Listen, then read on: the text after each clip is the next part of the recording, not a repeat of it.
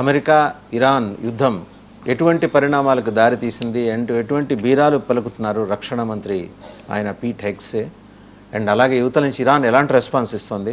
చివరికి బేలతనంతో Trump పుతిన్తో phone చేసి Russian president పుతిన్కి phone చేసి ఎలా దీని నుంచి బయటపడటం, ఆయనకి ఎంట్రీ ఇచ్చారు కానీ ఎగ్జిట్ ప్లాన్ ఇవ్వకుండా పంపించారు యుద్ధంలోకి. సో ఈ మొత్తం యుద్ధానికి వ్యూహకర్త అండ్ క్రెడిట్ ఎవరన్నా తీసుకుంటే మాత్రం ఖచ్చితంగా ట్రంప్ కాదు, నెతన్యాహు. తన ప్రయోజనాలు సాధించుకున్నాడు. ఇరాన్ సుప్రీమోని కొట్టించేసి తన ప్రయోజనాలు సాధించి అవతల లెబనాన్ వెళ్ళి హెజ్బుల్లాస్ని కూడా నిర్జించి మరి వెనక్కి వచ్చాడు. ఈయన మాత్రం వరల్డ్ స్క్రీన్ మీద ఒక కమెడియన్ లాగా మిగిలాడు ట్రంప్. సో ఎన్ని బీరాలు పలుకుతున్నా ఖచ్చితంగా అంతిమంగా నైతిక విజయం ఇరాన్దే. సరే, ఇరాన్లో మత ఛాందసవాదుల అకృత్యాలు, ఒక 40,000 మంది దారుణంగా చంపేటాలు, ఇవన్నీ వాళ్ళ అంతర్గతంగా వాళ్ళు చూసుకుంటారు. ప్రజాస్వామ్యం పునరుద్ధరించాలా లేకపోతే మత ఛాందసవాదుల పాలనలో నలిగిపోవాలనేది ఇరాన్ ప్రజల జ్యుడిషియస్ దీనికి వదిలేయాలి, వాళ్ళ విచక్షణకు వదిలేయాలి, డిస్క్రిప్షన్కి వదిలేయాలి. అలా కాకుండా ప్రపంచం మొత్తాన్ని నేనే పాలిస్తానంటే ఇలాగే అభాసు పాలయ్యే పరిస్థితి బహుశా ఈ మధ్యకాలంలో చరిత్రలో ఇంతగా అభాసు పాలైన మరి ప్రపంచ అగ్రరాజ్యానికి చెందిన నేతలు ఎవరు ఉండకపోవచ్చు. ఎనీహౌ దాని క్యాస్కేడింగ్ ఎఫెక్ట్స్ అన్ని మనం ఇవాళ అనుభవిస్తున్నాం. గ్యాస్, చమురు, ఖతార్లో అయితే ప్లాంట్లో గ్యాస్ ఉత్పత్తి స్టార్ట్ అయితే కానీ మళ్ళీ మిగిలిన దేశాలకు అందే పరిస్థితి లేదు. ఓవరాల్గా ఈ డెవలప్మెంట్స్ అన్నింటి మీద సమగ్ర విశ్లేషణ అందించడానికి మనతో ఉన్నారు విద్యావేత్త, తెలంగాణ గ్రంథాలయ సంస్థ చైర్మన్, అలాగే కాంగ్రెస్ పార్టీ స్పోక్స్ పర్సన్ కూడా ఆయన, సీనియర్ స్పోక్స్ పర్సన్ కూడా ఆయన, డాక్టర్ రియాజ్. నమస్తే డాక్టర్ రియాజ్ గారు. నమస్కారం అండి. So we been discussing over this subject for the last 15 days అండి. యుద్ధం మొదలు కాబోతోందనే దగ్గర నుంచి మొదలైన తర్వాత కూడా మనం మాట్లాడుకున్నాం. ఇప్పుడు అయిపోయిందనే అనుకుంటున్నాను నేను యుద్ధం. వాసుదేవ్ గారు, ఈ రాబోయే 48 గంటలు కొంచెం కీలకమైందండి. ఇప్పుడే ముగింపుకు వచ్చిందనే అభిప్రాయానికి రాలేము. ఇక్కడ రాత్రి కొంచెం టెరిఫిక్ స్టేట్మెంట్స్ కూడా అమెరికన్ వైపు నుంచి వచ్చాయి. అవేంటంటే ఇరాన్ కనుక లొంగిపోకుంటే మేము బాంబరింగ్ కూడా సిద్ధపడ్డామనే ఒక హెచ్చరికలు చేశారు వాళ్ళు. ఈ 48 hours ఏదైతే ఉందో దాన్ని ఇంప్లిమెంటేషన్ అంటే దాని అమలు ఏ రూపంలో వస్తుందనే దాన్ని వేచి చూసిన తర్వాతనే ఒక నిర్దిష్టమైన అభిప్రాయానికి వచ్చే అవకాశం అయితే మనకు కనిపిస్తూ ఉన్నది. అది ఇక్కడ విషయం ఏంటంటే, ఇప్పుడు ఇరాన్ స్ట్రాటజికల్గా ఒక విషయాన్ని డిసైడ్ చేసుకున్నది. అదేంటంటే ప్రపంచ ఒత్తిడి అమెరికా మీద జరగకుండా, అమెరికా ప్రజల యొక్క ఒత్తిడి ట్రంప్ మీద జరగకుండా ఈ యుద్ధం ముగిసే అవకాశాలు లేదనే విషయాన్ని ఇరాన్ అర్థం చేసుకున్నది. కాబట్టి చాలా స్ట్రాటజికల్గా అమెరికా మీద ఏ అంశాల మీద ఒత్తిడి చేయడానికి అవకాశాలను అన్ని అవకాశాలు ఉపయోగించుకుంటా ఉంది. అందుకోసం చాలా క్లియర్గా మధ్యప్రాచ్యానికి సంబంధించిన మిగతా దేశాల్లో అమెరికా బేస్ల మీద మొట్టమొదటి అటాక్ చేసింది. రెండోది ఏంటంటే అమెరికన్ హోటల్స్ మీద అటాక్ చేయడం మొదలుపెట్టింది. అమెరికన్స్ ఎక్కడైతే ఏ హోటల్స్లో ఉంటున్నారో. మూడో అంశం ఏదైతే ఉందో అది ప్రధానంగా ఎయిర్పోర్ట్లను బేస్ చేసుకుంది. ఈ మూడింటిలో సక్సెస్ అయింది ఇరాన్. కాగానే ఇప్పటిదాకా అమెరికాకు సంబంధించిన మిలిటరీ ఫోర్స్ మాకు ఎప్పటికీ రక్షణగా ఉంటుందనుకున్న మిగతా మధ్యప్రాచ్య దేశాలు ఏవైతే ఇప్పుడు డిఫెన్స్లో పడ్డాయి. మా సొంత బలం లేకుండా అమెరికా మీద డిపెండ్ అయితే మనం మధ్యలో వాళ్ళు తీసుకుపోయారనే అంశంతో మొట్టమొదటిసారిగా సైకలాజికల్గా వాళ్ళని డిఫెన్స్లో పడేసే స్ట్రాటజీలో ఇరాన్ సక్సెస్ అయింది. రెండోది ఏంటంటే హార్మోజ్ జలసంధి దిగ్బంధం ఏదైతుందో అది ఇరాన్కు బాగా కలిసి వచ్చింది.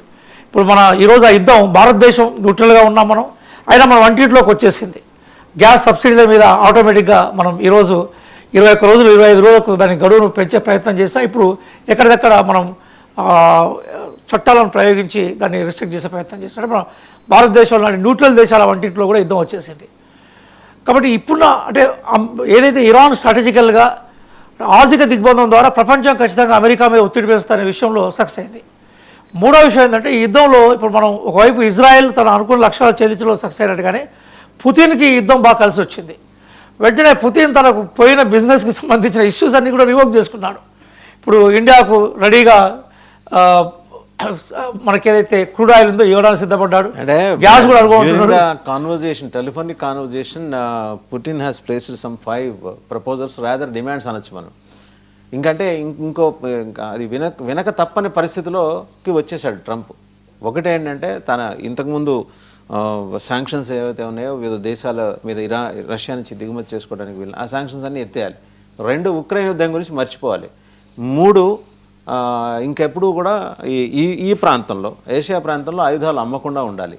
4 సరే ఇరాన్ ఒప్పించే కార్యక్రమం నేను తీసుకుంటాను, నో ఇష్యూ. ఆ 250 kgs 450 kgs ఆఫ్ యురేనియంని జాగ్రత్తగా ఇంటర్నేషనల్ అటామిక్ ఎనర్జీ అసోసియేషన్కి అప్పచెప్తున్నారు. వాళ్ళు జెనీవా తీసుకెళ్తారో ఇంకో చోట దాస్తారో అది వేరే విషయం. అప్పగించడం. 4 ఏంటంటే ఇజ్రాయెల్ని నియంత్రించడం. ఈ 5 ఇజ్రాయెల్ని నియంత్రించడం. ఈ 5 చెప్పాడు. దానికి అన్నిటికీ తలుపు పెట్టరంపు అని సమాచారం. వాసుదేవన్ గారు మీ అనాలిసిస్ ట్రూ అనాలిసిస్ చాలా చక్కగా 5 పాయింట్లు ఎక్స్ప్లెయిన్ చేశారు. అయితే ఇంకా ఇక్కడ ఇంకో కీలకమైన పరిణామం కూడా ఉంది. ఇప్పటిదాకా యూనిపోలార్ వరల్డ్గా నడిచిన వరల్డ్ ఇప్పుడు ఇమీడియట్గా మళ్ళీ మల్టీపోలార్ జోన్లోకి వచ్చేసింది. అందుకో స్పెయిన్ చాలా క్లియర్గా చెప్పింది అన్నట్టు, నీ హెజ్మోన్ అనేది కొనసాగే అవకాశం లేదు. ఇప్పుడు నాటో సడన్ వీక్ అయిపోయింది కదా, మనం అనుకున్నంత లెవెల్లో నాటో ఎక్కడ కనబడలేదు. నాటో లేదు అసలు, నాటో లేకుండా యూకే కూడా యూకే దాదాపుగా చాలా అవమానించాడు, చాలా క్లియర్, ప్రైమ్ మినిస్టర్ అవమానంగా మాట్లాడాడు, చాలా ఘోరంగా అవమానించాడు. ఇక స్పెయిన్ నిజంగా మనం అభినందించాలి స్పెయిన్, చిన్న దేశం. అలాగే చైనా తను ఏమనుకుందో వ్యూహాత్మకంగా మౌనంగా ఉంటుంది, ఇరాన్ సిద్ధం చేసింది. చాలా ఆశ్చర్యకరమైన విషయం ఏంటంటే ఈరోజు ఇరాక్ ఇంత బలంగా ప్రతిఘటించడానికి ప్రధానమైన కారణం నేను అనుకుంటుంది ఏంటంటే చైనా సపోర్టు అమెరికా మనకి రష్యా సపోర్ట్ కాదండి. చాలా పకడ్బందీగా నార్త్ కొరియా ఇరాన్ను దాదాపుగా 1990s నుంచి మెల్లగా ట్రైన్ చేస్తూ వచ్చింది, 30 ఏళ్ళ నుంచి. అది చాలామందికి అర్థం కాని విషయం. ఈరోజు ఇరాన్ మొత్తం అండర్ గ్రౌండ్లో నిండా కూడా టోటల్గా డ్రోన్స్ మిసైల్స్ సంబంధించిన టెక్నాలజీ ఏదైతుందో అది సౌత్ కొరియాకి సంబంధించిన ట్రైనింగ్గానే వాళ్ళకు సంబంధించిన సహకారం లాగానే క్లియర్గా ఉందనే విషయం చెప్తున్నారు.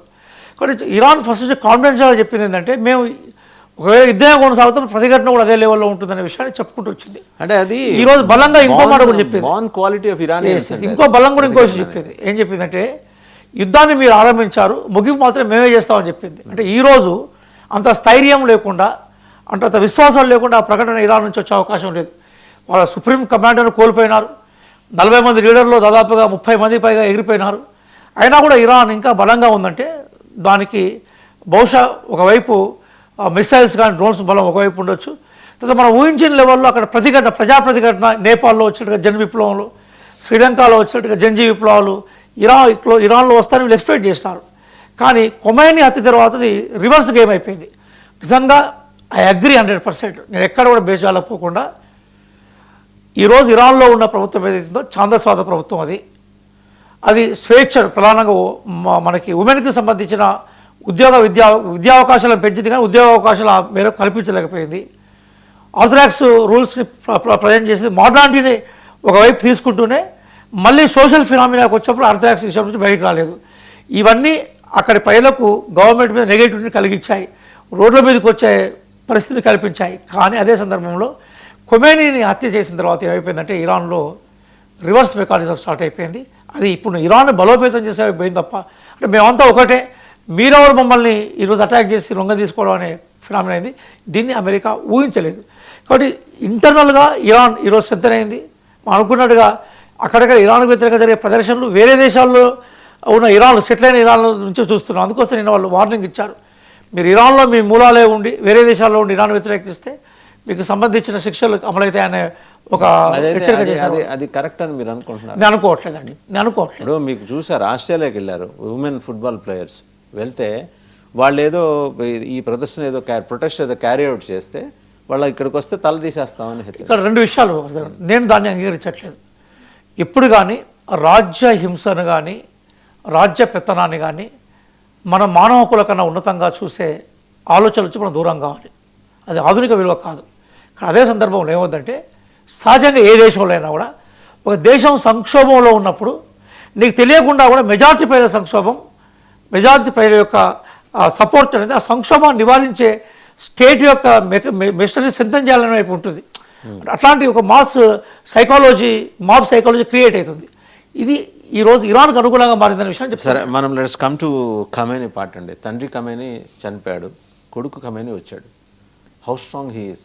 ఎందుకంటే ఆయన ఇంజూర్ అయి ఉన్నారు పాపం, మీకు తెలిసే ఉంటుంది. ఆయన ఒక్కరే ఆ రోజు ఆ దాడి నుంచి బయటపడింది, సావు తప్పి కన్నులట్టుపై.